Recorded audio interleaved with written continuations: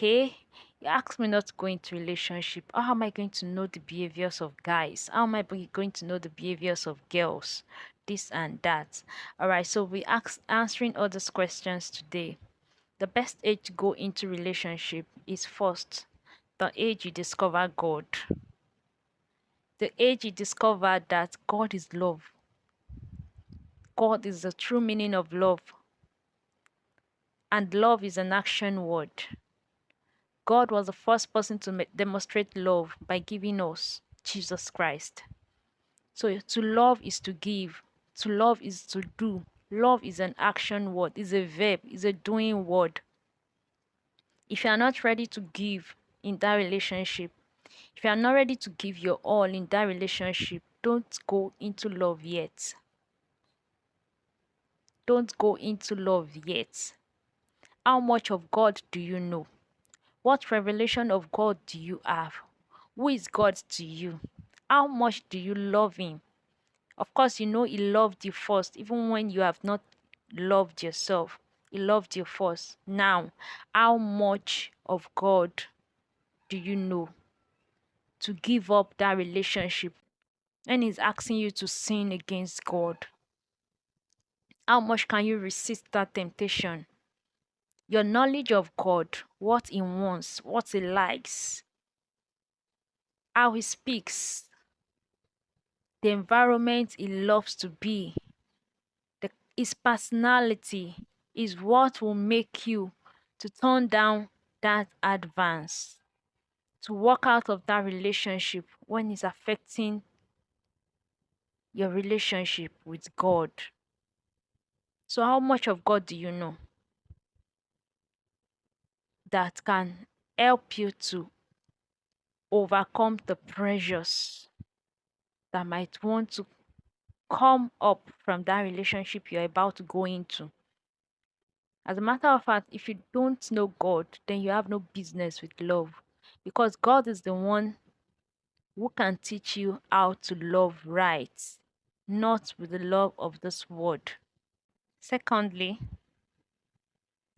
the age you begin to love yourself. Yes, the age you begin to love yourself, because you should love yourself. You don't wait for any other person to love you. You should discover yourself. Who are you? Why are you a girl? Why are you a boy? How are you wired? What are the things that interest you? What are the things that irritates you? What are your likes? What are your dislikes? Why are you in this? What's the reason for your existence? How much confidence do you have in yourself? In whose image are you created? What motivates you? What puts you off? Once you can answer all these questions, what are your values? What is your worth? Where do you see yourself in the next 5, 6, 10 years? Answers to those things will make you know the kind of person you should go into a relationship with. Because if you don't know the purpose in which you are created, if you don't know the kind of person you are, if you don't know your worth, if you don't know your value, people outside there will tell you who you are, will tell you what you are not, and you will accept. I just want to love you. I just want to love you as you should be loved. How? On the platter of committing sin? But if you know who you are in the light of the word of God, you will tell the person that, sir, ma, my body is the temple of God. I am a chosen generation. I am a royal priesthood. I am holy nation. I am a peculiar people. I am special to God. It doesn't matter how you see me. I am special. I am special. I am not to be misused. I am not to be rubbished.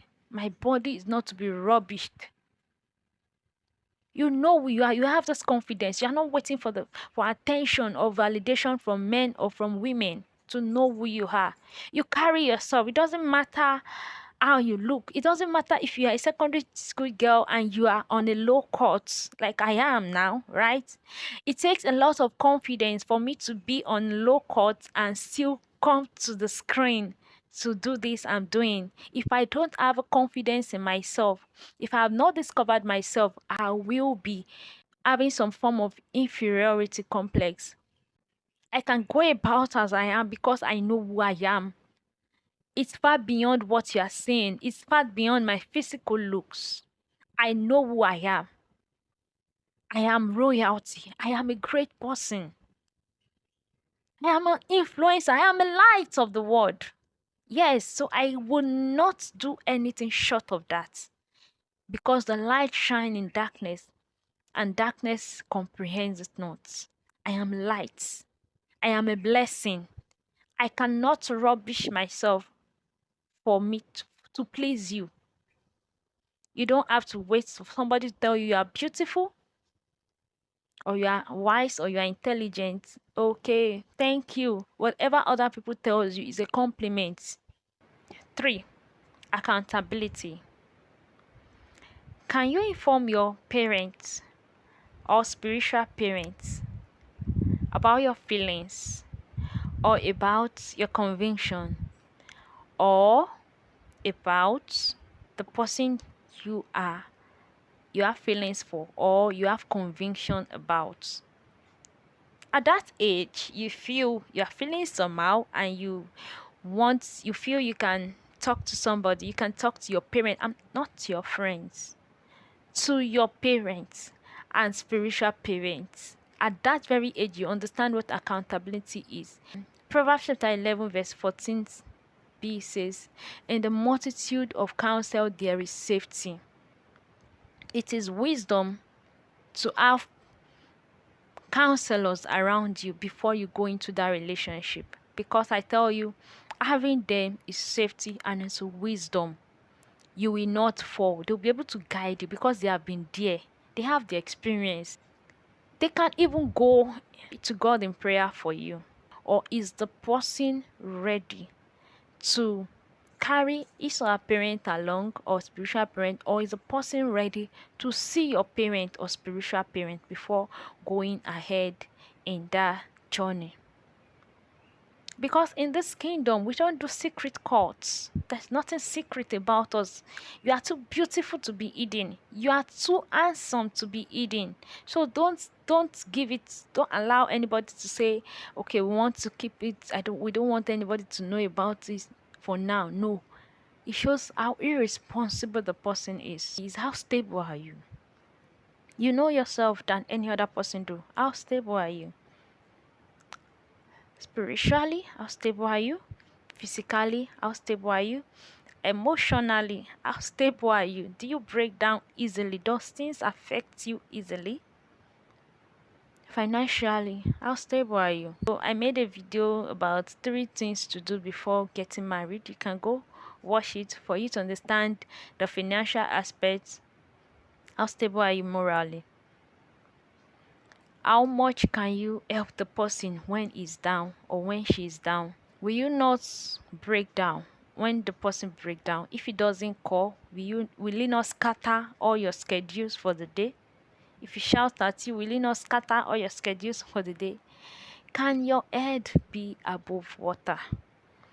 Will that relationship, that love life, hope it will not affect every other areas of your life? The next one is communication. You talk when you feel like talking. You talk when you don't feel like talking. All right, you talk things out. When you're having a misunderstanding, don't keep silent. Don't be a sadist.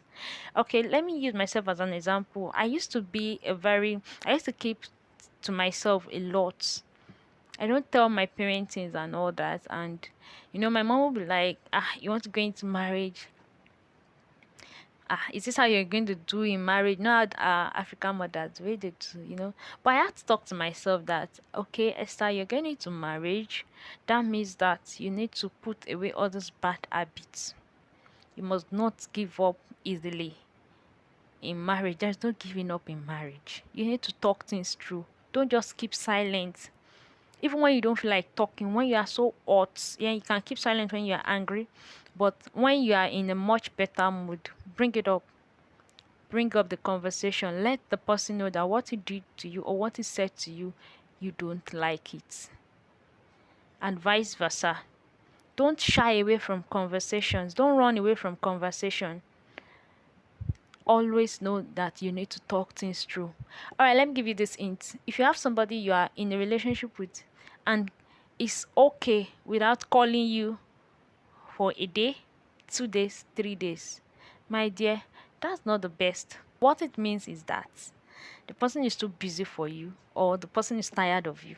No matter how busy we are, whatever we love doing or whoever we love, we make out time for them. Don't be overwhelmed with love. Communication is key in relationship, because if you can't communicate in relationship, what will you be doing in marriage?